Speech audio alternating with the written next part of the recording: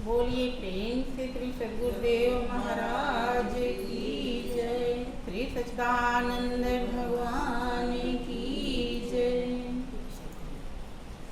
परम पुरुष गुरुदेव जी शाश्वत शांति निधान, बार बार दंडवत करूं सकल सुखों की खान।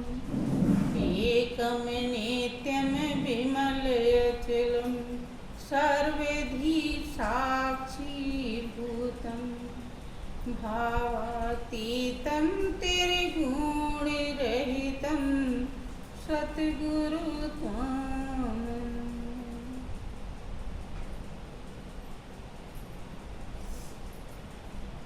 बोलिए प्रेम से श्री सद्गुरुदेव महाराज की जय। श्री सच्चिदानंद भगवान की जय।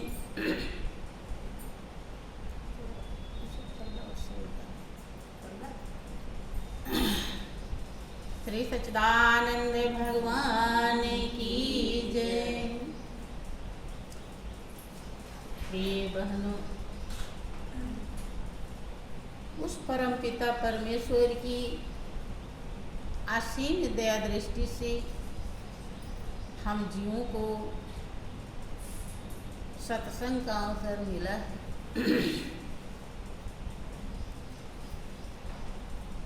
अभी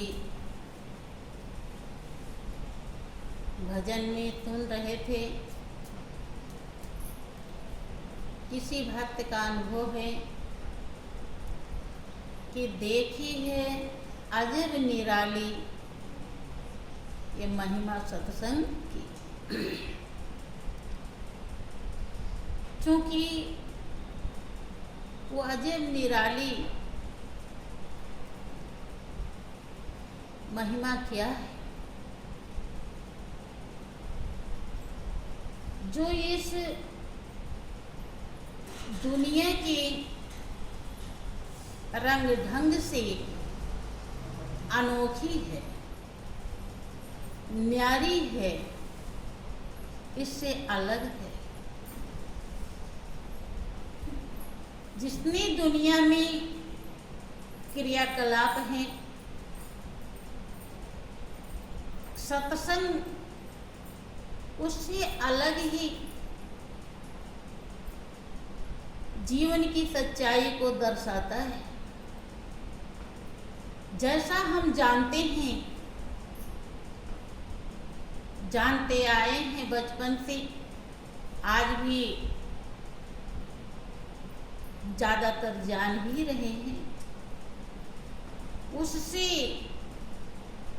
एक अनोखापन, अलग सच्चाई बताता है। वो क्या कि जो हमारा अविनाशी सहारा है, अविनाशी साथी है, अविनाशी मित्र है,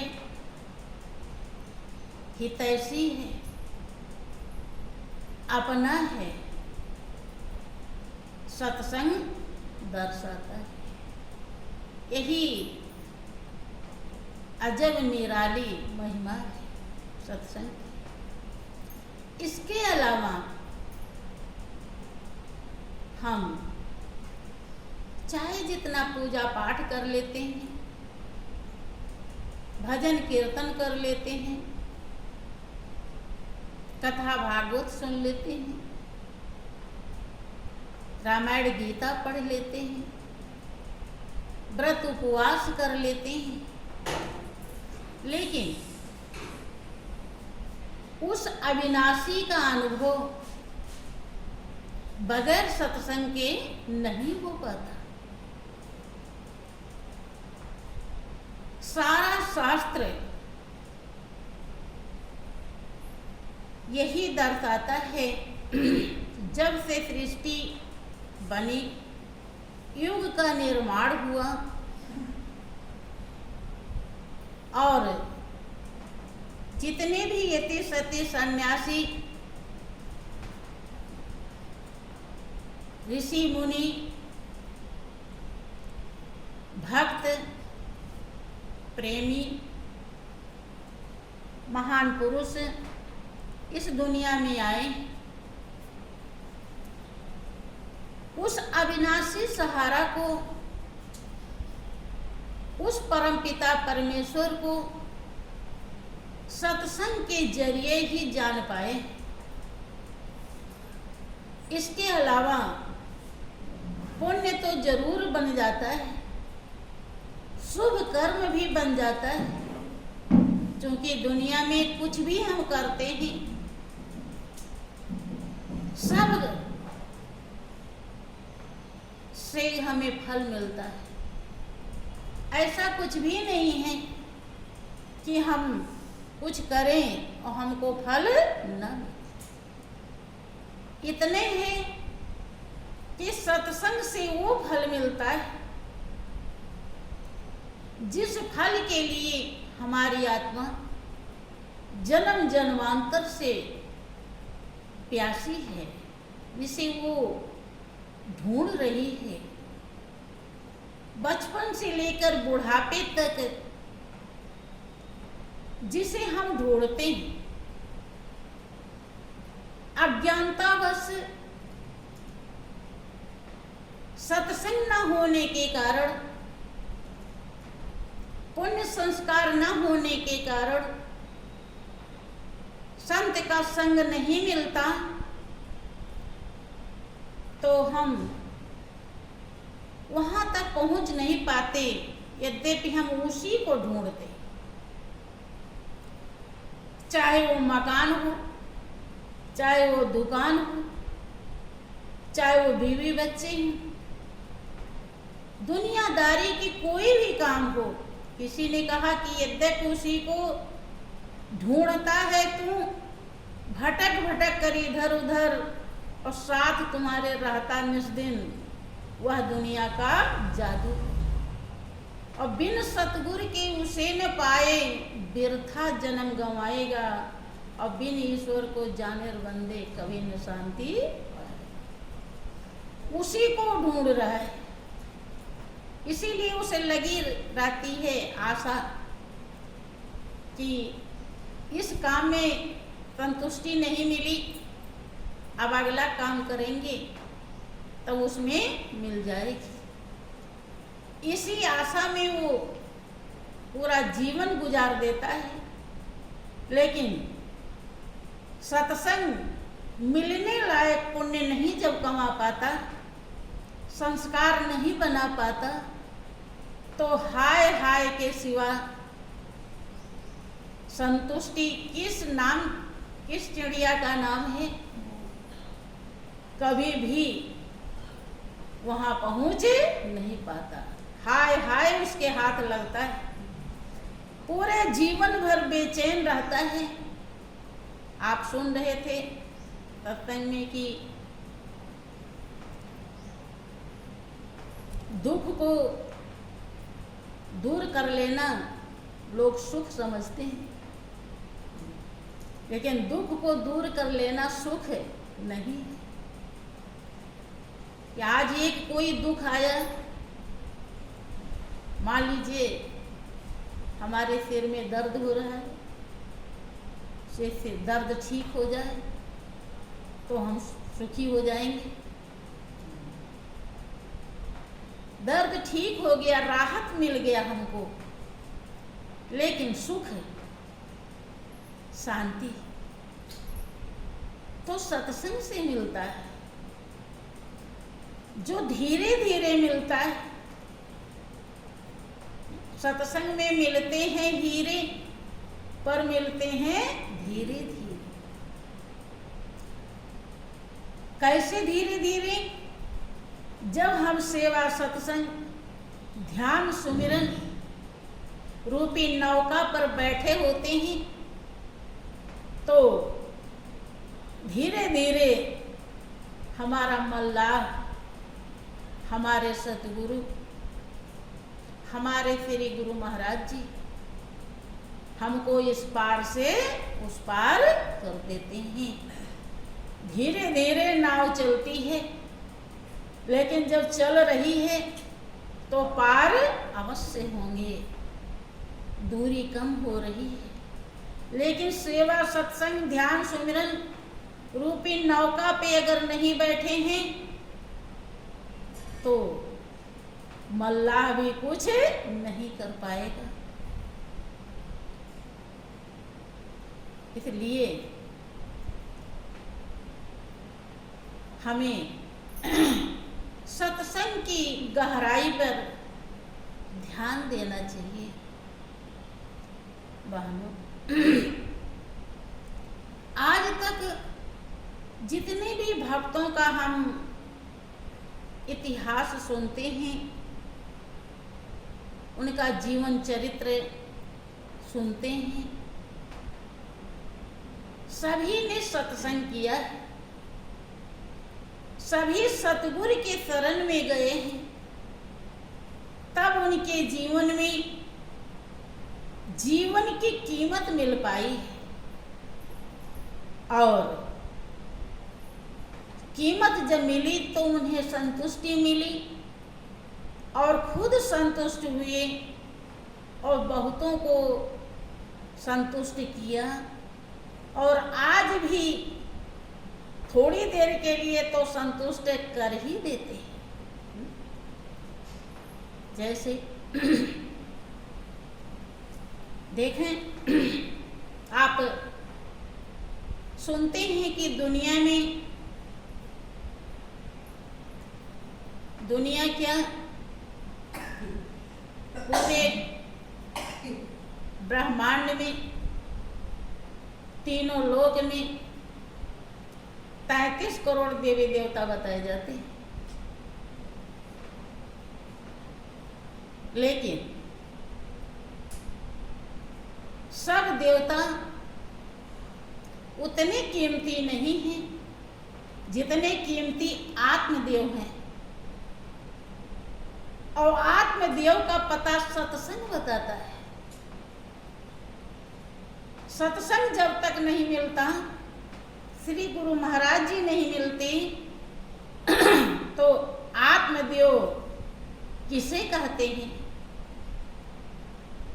जबकि वो आत्मदेव इतना नजदीक है, जितना नजदीक आंख का काजल भी नहीं होता। लेकिन अगर सतगुरु न मिले, सत्संग न मिले, तो कभी भी वो नजर नहीं आएंगे। और हम उनकी पूजा नहीं किया, उनमें स्थिर नहीं हुए, क्योंकि अविनाशी है तो वही है, स्थिर है तो वही, निर्मल है तो वही, सर्वज्ञ है तो वही, शांति, चैन, आनंद है तो उसी में। इसीलिए किसी ने कहा, क्या कहा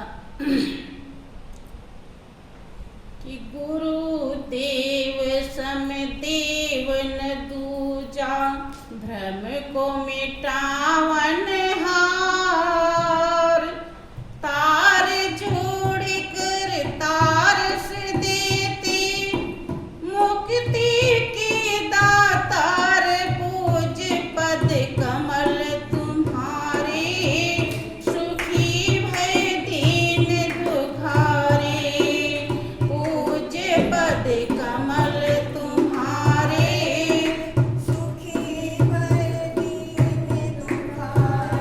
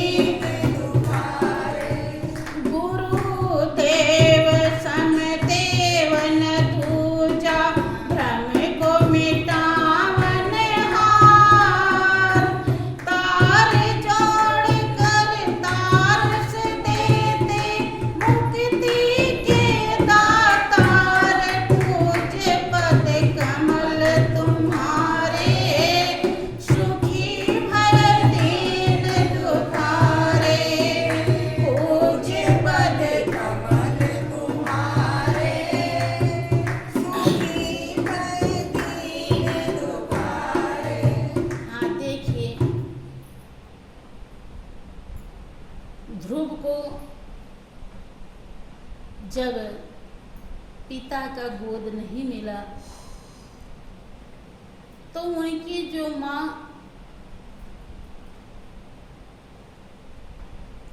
ज्ञान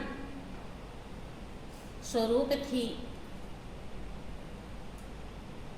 परमात्मा से ओत पोत हो जाना ही ज्ञान कहलाता है। सुनीति ज्ञानी थी, वो ध्रुव को नाशवान गोद को छुड़ा करके अविनाशी गोद के लिए जब मौका मिला तो प्रेरणा दिया। और जो प्रेरणा दिया, आप हमेशा सुनते हैं कि ध्रुव 5 ही वर्ष के थे और सुनीति रानी को इतना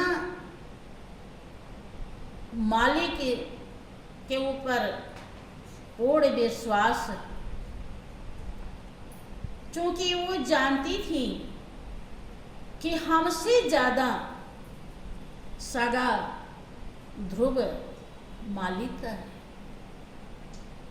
हमसे ज्यादा प्रिय मालिक का है, हमसे ज्यादा करता धरता हितैषी मालिक है।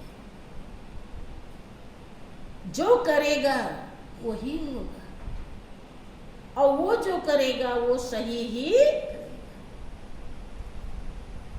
वो रक्षा करेगा तो कोई बाल बांका नहीं कर सकता, और वो रक्षा नहीं किया तो कोई बचा भी नहीं। और ये फार्मूला आता है कि जो तू मेरे नाम पर तो मैं तेरे काम पर, और जो तू अपने काम पर तो मैं अपने धाम पर। इसलिए वो भेज देती है। और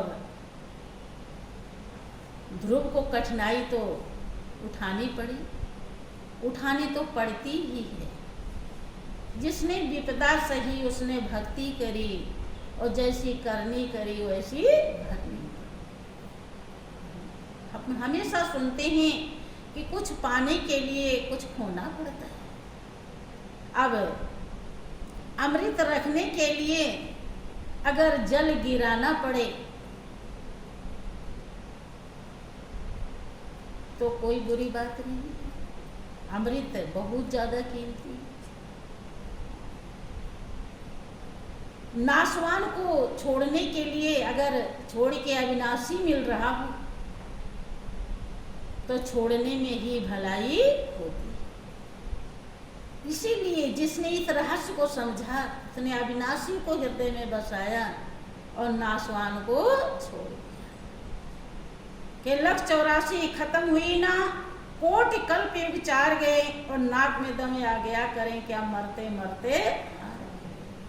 पता नहीं कितने माता पिता भाई बंधु जन्म जन्मांतर से मिलते आए, लेकिन किसी का पता नहीं। इनको भी लिए बैठे रहेंगे, मेरा मेरा करते रहेंगे, और न मेरा मिलेगा न तेरा मिलेगा, कुछ भी नहीं। और अभिशाप अलग से बन जाएगा। इनसे जो गलतियां किया, ये थे नहीं अपने, ये तो सहयोगी थे, लेकिन इन्हें अपना समझ लिया। और इसमें ही जो अपना था उसे सपना समझा, तो वो अभिशाप बन जाता है, गलत हो जाता है, जुल्म हो जाता है। फिर वो हमी को भोगना। एक गुरु देव समदेव न दूजा, भ्रम को मिटावन हार। तार जोड़ कर तार से देते, मुक्ति के दातार। पूज्य पद कमल तुम्हारे, सुखी भय दीन दुख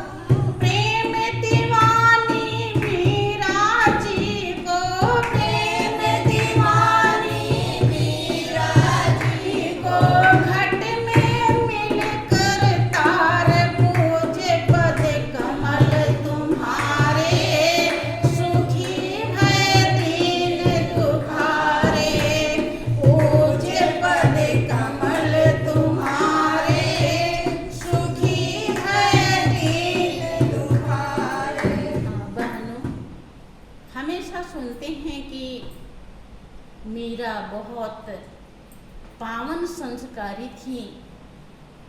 कई जन्मों से सतत परिश्रम मालिक के लिए किया था, जिसका ऐसा भाव देखा जाता है कि मीरा को जब उनकी माँ ने मूर्ति को लखाया कि यही तेरे भरदार दुल्हन हैं, तो उसी दिन से वो मूर्ति को अपना लेती है। यहाँ तक कि जब उनकी शादी एक डोले में उनको बिठा दिया जाता है, भेज दिया जाता है, तो भी वो मूर्ति को ही लेकर जाती हैं और मूर्ति को ही सब कुछ समझ रही थी। लेकिन जब संतों की बाणी सुना तो उन्हें समझ में आया कि ये मूरत है, जरूरत है सूरत की, सूरत नहीं है। ये मंदिर मंदिर मूरत तेरी और फिर भी नहीं देखी सूरत तेरी। और सूरत के लिए सत्संग की जरूरत है, संत का संग होना चाहिए, तब वो संत रविदास के पास जाती।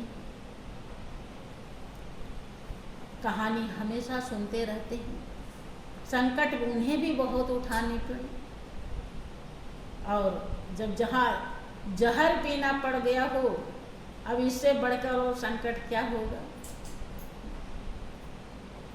जहाँ उन्हें कहीं रहने नहीं दिया जा रहा है, क्या क्या आरोप लगाया लोगों ने,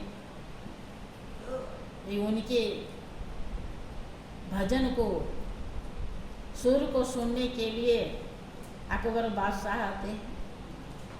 उन्होंने मोती की माला चढ़ा दी थी, तो लोगों ने उसका भी गलत अर्थ लगाया। लेकिन मीरा जानती थी ये सब जो बाधाएं हैं, ये सब जो आरोप हैं, वो मालिक के प्रेम के सामने कुछ भी महत्व नहीं रखते, जहर भी कुछ भी महत्व नहीं रखता। इसीलिए उन्होंने जल्दी से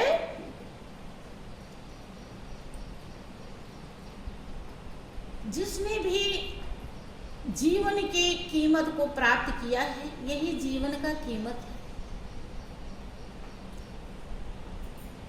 हमेशा वो सबके हृदय पर, भले ही वो यह नहीं है शरीर से, लेकिन वो अविनाशी सत्ता अभी भी सबके हृदय पर डेरा डालेगी, क्योंकि उन्होंने ऐसी कर्म रूपी यज्ञ ही किया है। बहनों, ये कर्म हमारा यज्ञ बन जाता है और यज्ञ हमारा कर्म बन जाता है। जब हम संत का संग करके ज्ञान को पा जाते हैं, कौन सा ज्ञान? वही जो हमारा अपना है, सर्वज्ञ है, रोम रोम में रम रहा है, कण कण में समाया है। कैसे समाया है, कहाँ उसका ध्यान लगाएं, क्या उसका स्वरूप है? जब इसका हमें पता चल जाता है और उसे हम हृदय में धारण कर लेते हैं, तो ये बहुत बड़ा यज्ञ है। और यज्ञ करते रहते हैं तो हमारे बहुत सारे विकार रूपी सामग्री जलते खत्म होते रहते हैं। मीरा ने, यद्यपि विकार ही उनके बहुत कम ही रहे होंगे, खत्म कर चुकी थी कि सबके पिया परदेश वसत हैं, लिख लिख भेजे पाती, और मेरे पिया मेरे हृदय वसत हैं, ना कहूँ आती ना कब, जब सत्संग किया।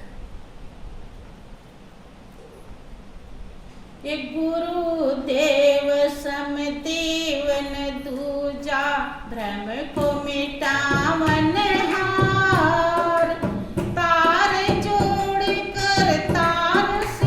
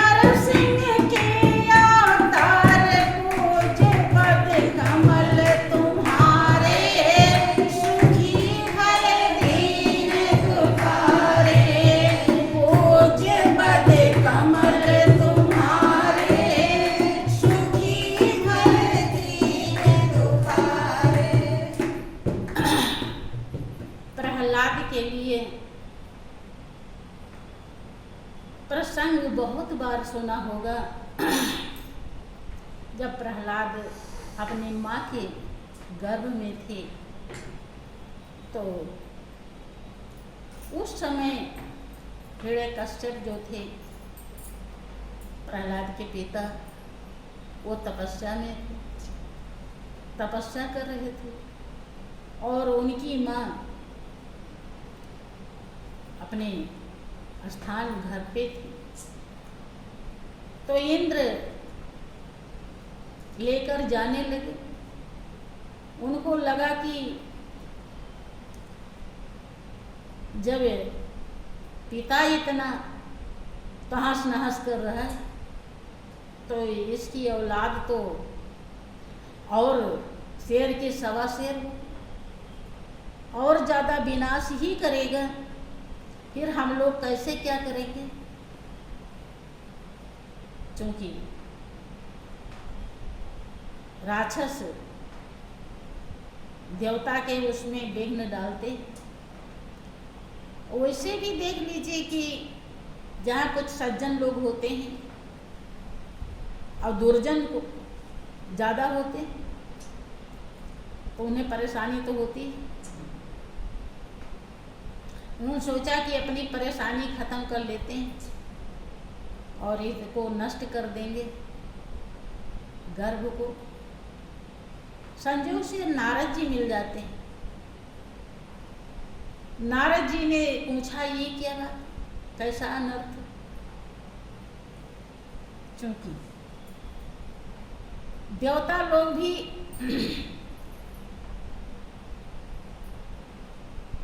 परमार्थी नहीं बन पाते। अपने बचाव के लिए तो करते तो हैं, लेकिन वास्तव में दया धर्म मनुष्य ही कमा पाता है। नारद ने कहा कि आपको इसके औलाद से डर है तो उसकी जिम्मेदारी मुझे दीजिए। वो अपने आश्रम में ले जाते हैं और वहाँ पर कयाधु को रख लेते हैं और वो सत्संग भजन करने लगी। यद्यपि वो संस्कार पहले से ही लेकर आए थे। प्रहलाद जी राक्षस कुल खानदान में पैदा तो जरूर हुए, लेकिन उनके संस्कार बहुत बड़े अच्छे संत और भक्त का। और जब नारद का संग